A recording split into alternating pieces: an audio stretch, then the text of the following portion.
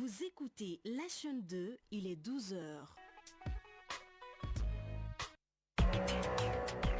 Infocité, le journal de l'info de proximité sur la 95.2. Présentation, Aïssata Betraouri. Infocité, les titres. Depuis le 10 juillet se déroule le camp de la citoyenneté. 400 jeunes y suivent une formation axée sur l'éducation civique avec pour objectif d'inculquer et de développer chez eux l'esprit patriotique. Dans cette édition, nous allons parler du 5e jour du camp qui a été marqué par un panel sur la gestion de conflits et négociations sociales. Aujourd'hui, nous allons parler du canari, récipient en terre cuite qui est utilisé pour stocker l'eau et pour la cuisson des plats traditionnels. Cependant, avec les nouvelles technologies comme les congélateurs et autres, il est de moins en moins utilisé actuellement. Tanavet Sangare nous en parle dans ce journal. Binta Kamisoko sera avec moi pour décortiquer l'actualité internationale. Voilà pour le sommaire, le développement de ces titres dans quelques instants. Merci d'avoir choisi la chaîne 2 pour vous informer. Mesdames et messieurs, bonjour et bienvenue. Tout d'abord, Salsa Consulting, appuyé par la Banque de développement malienne, a initié une formation de 2 jours à l'endroit des hommes de médias. Le but est de les initier au journalisme économique et à la monétique. La formation qui a débuté ce 16 juillet était présidée par le ministre de la Communication, de l'économie numérique, de la modernisation de l'administration. Elle enregistre la participation d'une vingtaine de journalistes issus de différents univers médiatiques maliens. Et vous le savez sûrement, cela fait quelques jours que les jeunes de l'AIS et de la diaspora sont à l'école de la citoyenneté au Palais des Pionniers. Ils y suivent une formation axée sur l'éducation civique avec pour objectif d'inculquer et de développer chez eux l'esprit patriotique afin d'en faire des bâtisseurs et des défenseurs de la nation. Le 5e jour du camp a été marqué par un panel ayant pour thème gestion de conflits et négociations sociales, autrement dit, apprendre aux jeunes à gérer les tensions sociales avec intelligence et responsabilité. Mohamed Bari. Les jeunes venus des pays de l'AES et de la diaspora ont pris part à ce panel sur la gestion des conflits et les négociations sociales. C'est là dans le but de devenir des acteurs clés de la cohésion sociale. Amadou Diarra, chargé du panel, a insisté sur l'importance de former une jeunesse consciente de son rôle dans la prévention des crises. Ils doivent retenir essentiellement que c'est nous les premiers acteurs, c'est nous notre responsabilité d'instaurer, d'imposer la paix dans notre sous-région. Nos gouvernants, ils feront ce qu'ils peuvent. C'est à nous de nous donner la main pour bouter hors de notre environnement, hors de nos communautés, tout ce qui peut être facteur de conflit et d'embrasement. La conférence a été marquée par des échanges fructueux et de nombreuses interactions. Les jeunes ont exprimé leur volonté de comprendre les enjeux liés à ce thème. Ils estiment que ce type de formation devrait être généralisé dans tous les pays de la sous-région. Souleymane Zongo, participant burkinabé. Effectivement, ce soir, on a retenu beaucoup de choses, c'est-à-dire au niveau de la gestion des conflits. On a compris comment amener 2 pays à vraiment surseoir à la guerre et revenir à la paix, parce que le docteur nous a beaucoup parlé de comment on peut construire le pays. C'est-à-dire quand on a une jeunesse qui est vraiment patriote, on peut arriver à faire beaucoup de choses sans des conflits. Aïda Arbi, participante malienne. Déjà, il faut savoir que le conflit, c'est une mésentente entre une personne ou des groupes de personnes sur des opinions qu'ils ne partagent pas ou des idées aussi qu'ils ne partagent pas. On peut aussi avoir beaucoup de sources de conflits. Les sources de conflits peuvent être sociales, les sources de conflits aussi peuvent être organisationnelles. Bon, pour résoudre les conflits, il faut savoir faire des discussions et chercher les sources des conflits. Aussi, on peut passer par la médiation. Après ma sortie, je pourrais régler des cas de conflit parce qu'avec ce panel, j'ai appris beaucoup de choses. Former un citoyen, ce n'est pas seulement lui apprendre ses droits, c'est aussi lui transmettre les outils pour construire la paix et préserver la cohésion sociale. L'Institut consulaire d'études et de formation de la Chambre de commerce et d'industrie du Mali est un établissement d'enseignement supérieur situé ici à Bamako. Il propose des formations professionnelles initiales et continues, notamment dans les domaines de la gestion, de l'informatique, de l'entrepreneuriat et bien d'autres. Mariam Konaté nous présente l'INCF dans ce reportage. Ce matin, Djeneba Touré, accompagnée de sa tante, franchit pour la première fois les portes de l'INCF, l'air curieux mais déterminé. Bonjour madame, vous allez bien? Ça allait bien.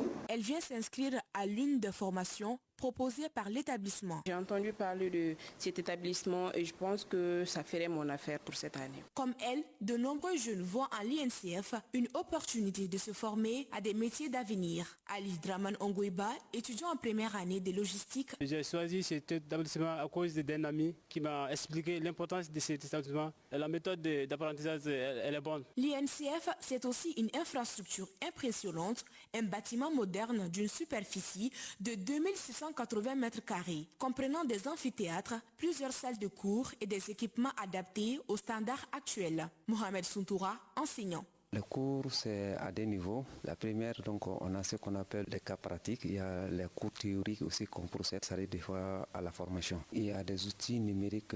Quand vous avez une très bonne formation, ça peut vous aider à travailler dans beaucoup de domaines. Pour mieux comprendre la mission et les ambitions de l'établissement, Philippe Mallet, directeur, nous en dit plus. La mission de l'INCF, c'est d'offrir des formations de qualité, produire des compétences utiles prioritairement aux entreprises. Nos diplômes sont reconnus. En somme, avec l'INCF, la Chambre de commerce et d'industrie du Mali étend son action au-delà de la formation.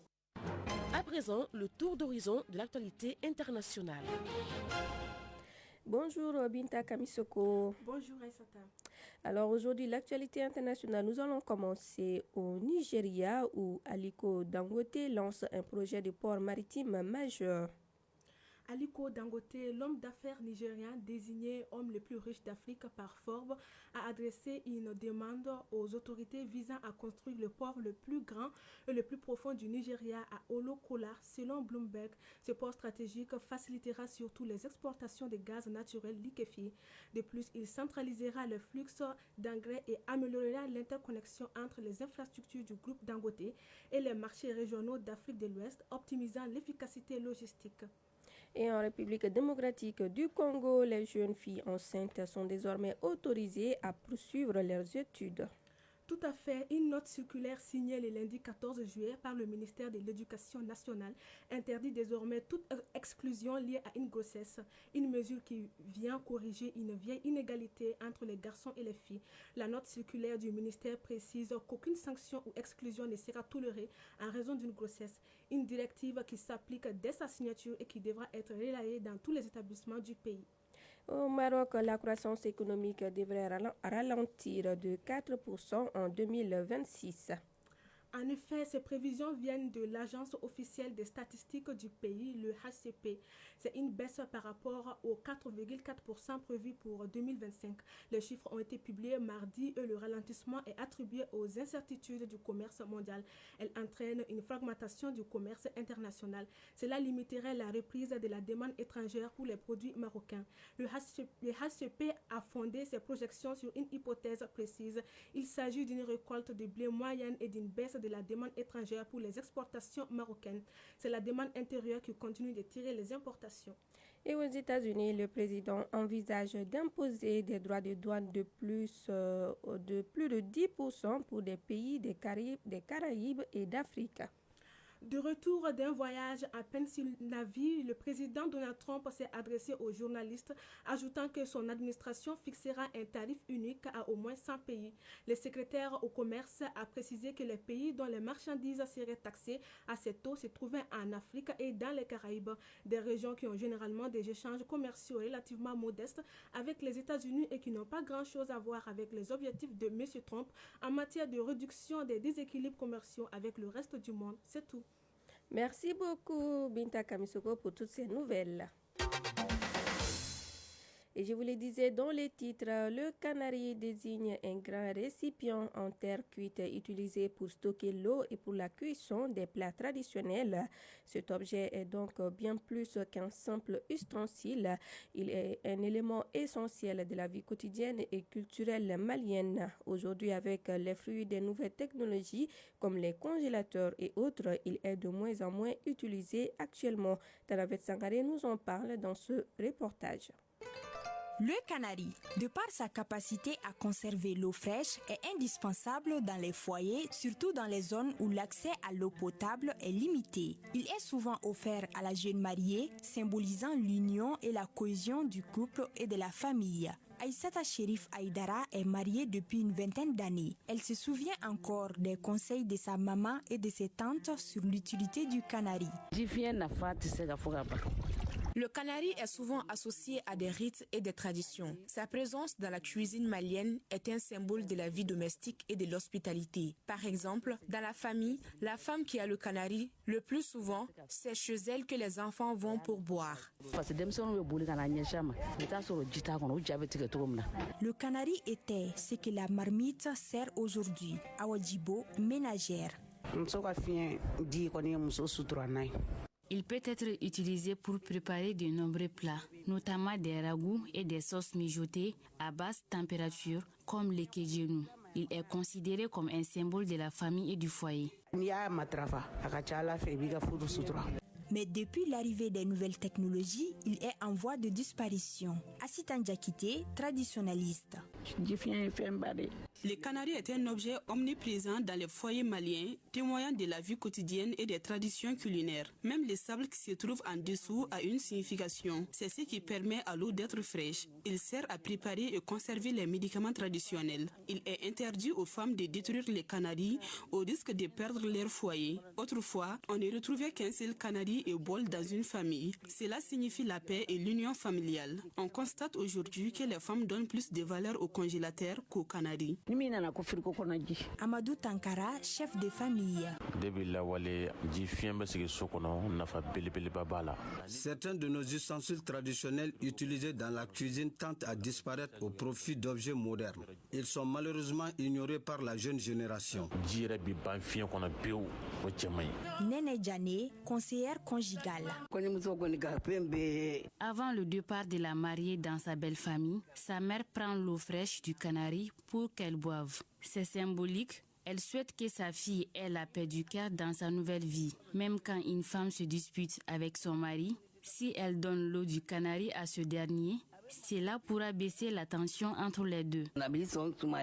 Mohamed Tunkara, sociologue. Les canaris servent à identifier certains groupes sociaux ou ethniques, tels que par exemple les forgerons, les peuls ou encore les dogons. Il est bien plus qu'un objet. C'est un élément central de la culture malienne qui est porteur de sens et de valeurs dans notre société. Ils mettent en exergue les rôles sociaux attribués aux femmes dans la transmission des savoir-faire et de la gestion des ressources. La fabrication et la vente de canaris contribuent beaucoup à l'économie locale et à la création d'emplois au Mali. Nous pouvons certainement revenir à ces récipients faits de terre cuite. Le canari est un objet polyvalent et incontournable au Mali, alliant utilité pratique, aspect culturel et économique. Il est un symbole de la vie quotidienne et de la richesse du patrimoine malien.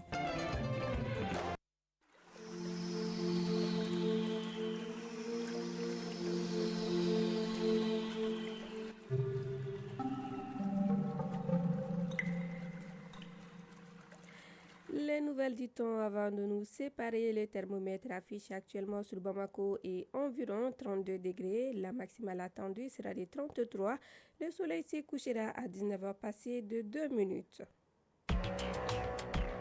C'est la fin de cette édition qui vous a été présentée par Aïssata Traoré, une réalisation de Adam Kone, Salimata Konate, mise en onde de Diala Samake, mise en ligne Badi Touré, coordination éditoriale Serou Traoré, Djefa Djara. Grand merci à vous de nous avoir suivis. Très bonne suite de nos programmes.